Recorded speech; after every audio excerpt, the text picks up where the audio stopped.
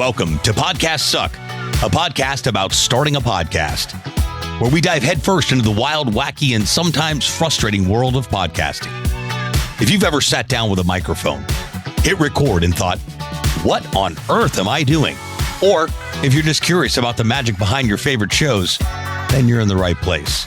Get ready for laughs, insights, and a whole lot of what not to do advice as we embark on this podcasting journey together. Let's dive in.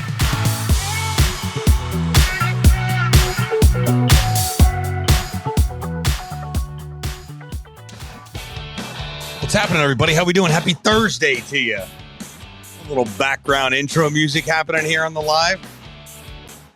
It's actually a stock song that comes with the Roadcaster one. I hope it's not copyrighted because Facebook will throw me off. Anyway, what's happening, everybody? Welcome back to another episode of Podcasts Suck.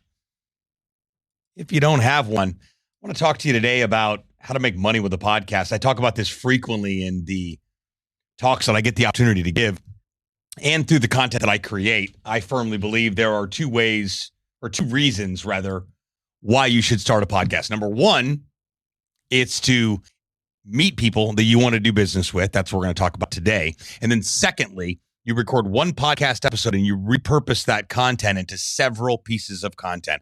I'm talking clips for reels, blog posts, images, video content, repurposing it into any type of content that you currently create or want to create for your brand. It's possible with your podcast. So if it's your first time tuning into the show, we stream this show live as we record it on Facebook, LinkedIn, and on YouTube. So if you're tuning in on those channels, a big hello and thanks for taking some time out of your day to hang out with me for just a few minutes so I can help you better understand what you don't know that you don't know about the world of podcasting. I hope you're leaving this episode with exactly what you came for, which is something that you don't know.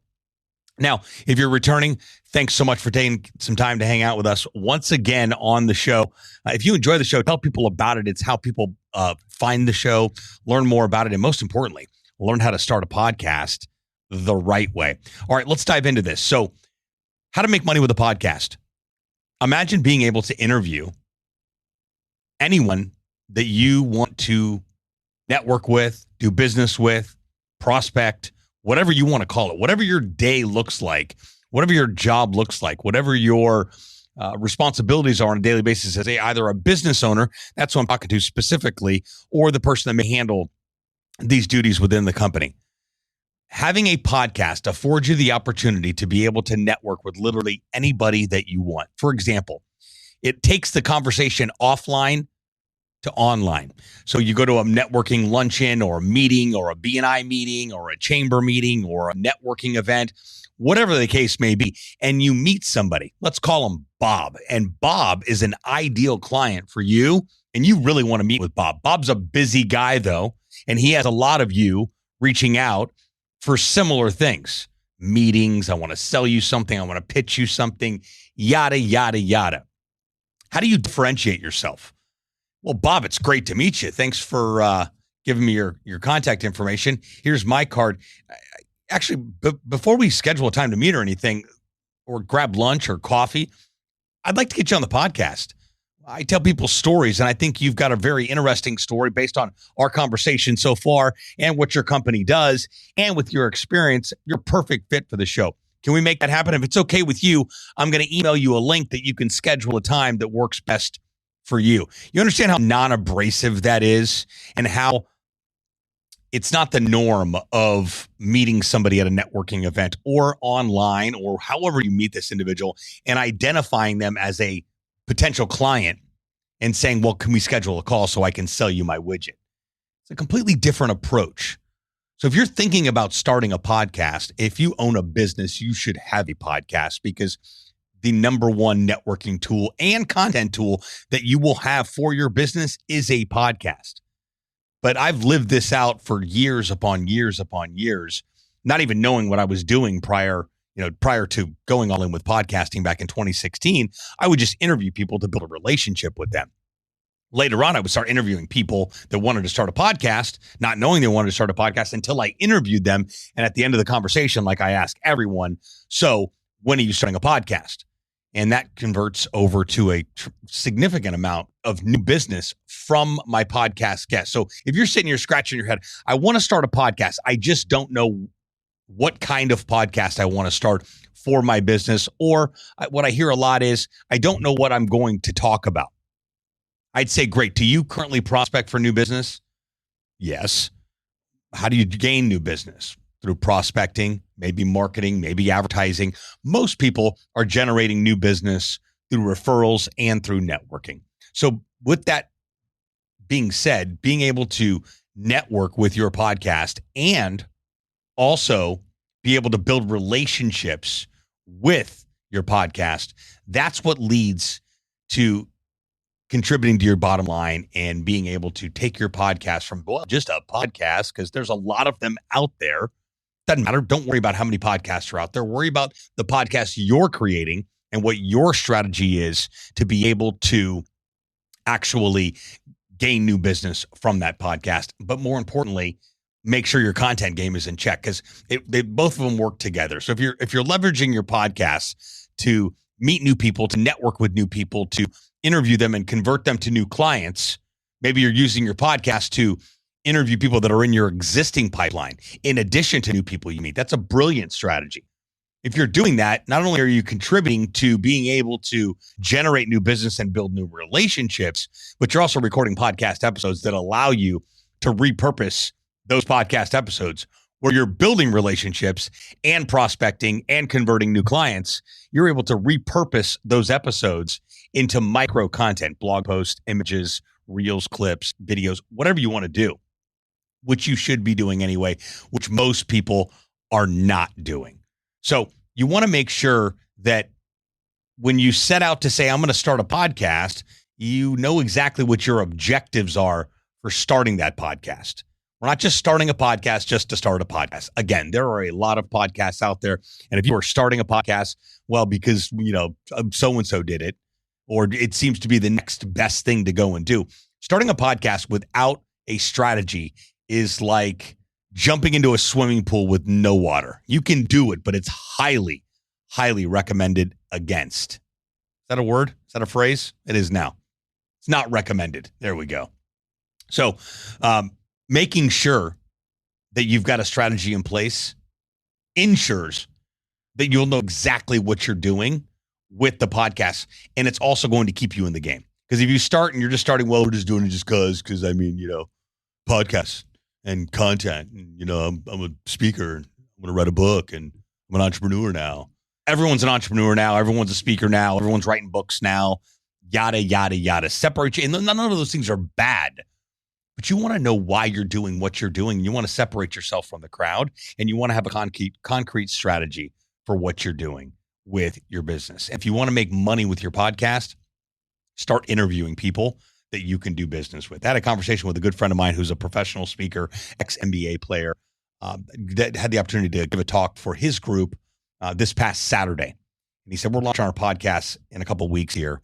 And I was curious if I should continue to leverage the podcast to do this, or should I leverage it to go and do this? Because what I've found is that when I go and speak, we're able to convert a lot of people that are in the audience over to clients. And I said, great. What if you did that same thing with your podcast? What if you did that same strategy with your podcast to gain more speaking engagements, where when you go to speak, you gain new clients? So the podcast allows you to identify new speaking opportunities because you're interviewing people that are hosting events. And then you're also interviewing people that you're meeting at these events that could potentially be a new client for you. And that's the magic of podcasting, is that you just never know what's going to be on the other side of that conversation. But if you set out from the beginning knowing that you want to start a podcast to build new relationships and to convert them into new business, it's going to be that just that much easier for you to really settle in to the podcast strategy, but more importantly, allow it to become sustainable, which that's what a lot of people struggle with, is the sustainability of having a podcast, because there's just excuses after excuses. And we started and then we stopped. How many times on a daily basis I hear we started our podcast, we recorded a few episodes, and it just never really got off the ground. So you gave up. Well, I'm not. Yeah. So you gave up. That's exactly what happened. When you have a strategy and a why behind what you're doing, I don't care what it is. Maybe in this case, it's a podcast. Then you're more likely to stick with it. And it only takes one deal after you've launched a podcast. You know what? This works. This really works. And we're going to stick to it. And we're going to record 4 episodes a month. And we're going to integrate this into our outreach and our prospecting and our networking strategy to impact our bottom line, to impact our sales through our podcast. Oh, and by the way, when we're repurposing content from our podcast, we're posting it on social media every day, a couple of times a day on TikTok and LinkedIn and Instagram and Facebook, stuff that you should have been doing for the past decade, but are just now starting to wake up to, well, maybe I should start posting on social media because that's where the eyeballs are at. It's where the eyeballs are at and will continue to be. That's where they've been for the past 20 years. You may just now be waking up to that reality. Listen, you arrive whenever you arrive to the world of the 21st century. But here we are. This stuff's not going anywhere. When you repurpose content from your podcast episode, guess what? You end up in the news stream. And in the news feeds, the news stream, I think I just called it, that when you're in the news feed and people are seeing your content, you're top of mind. You're marketing your podcast. You're marketing the podcast episode. You're marketing that podcast guest. You're marketing yourself and you're marketing your brand. When you're top of mind and people start to think about what you do, guess who they call? You. But if you're not top of mind, they're calling your competitor. That's just the brass tacks of what it's all about. So that's just a quick dose of advice on how exactly to monetize a podcast. If you're looking to become the next Joe Rogan and looking to get thousands and thousands of sponsor dollars on a monthly basis, you got a lot of work to do. I'm not saying that's not going to happen, but most people will never get there. With that being said, what else do I do with my podcast? Leverage it to network, leverage it to build new relationships, leverage it to close new business, and leverage it to repurpose your content. That's one of the most popular talks that I give, how starting a podcast can solve all of your social media content problems. One podcast episode, multiple pieces of micro content allows you to stay consistent with your content game. When you're consistent with your content game, you consistently show up in the news feed. When you consistently show up in the news feed, people consistently think of you as top of mind. And when they need exactly what you do, guess what? They call you. So questions, thoughts, ideas, concerns about the world of podcasting or challenges you may be having. If you're watching this live, comment below. I respond to each and every one of you lovely people. If you're listening to the podcast episode, just shoot me a DM over on LinkedIn or Facebook or Instagram, and I'd be more than happy to reply back with you. Reply back to you. Sorry, adult braces problems over here. Got them tightened up a little bit yesterday. So it's a bit of an adjustment over here. Podcast thuck, everybody. So I hope that you learned a couple of things here with this episode. We do this a couple times a week. I like to go live. And great. Another way of repurposing the content. I go live on 3 platforms at the same time. I then take the live recording, have my team produce it into a podcast episode, and then we take the archive from this live and we chop it up into micro content. So follow my lead. This is all golden advice. This is $1 million advice right now. You will radically change your life and your business if you take it, but more importantly, if you take action with it. Talk to you next time. Thanks so much for tuning into this episode. We sure do appreciate it. If you haven't done so already, make sure you're subscribed to the show wherever you consume podcasts. This way we get updates as new episodes become available. If you feel so inclined, please leave us a review and share the show with someone you know should start a podcast or may already have one. And remember, podcasts suck if you don't have one. Until next time, friends.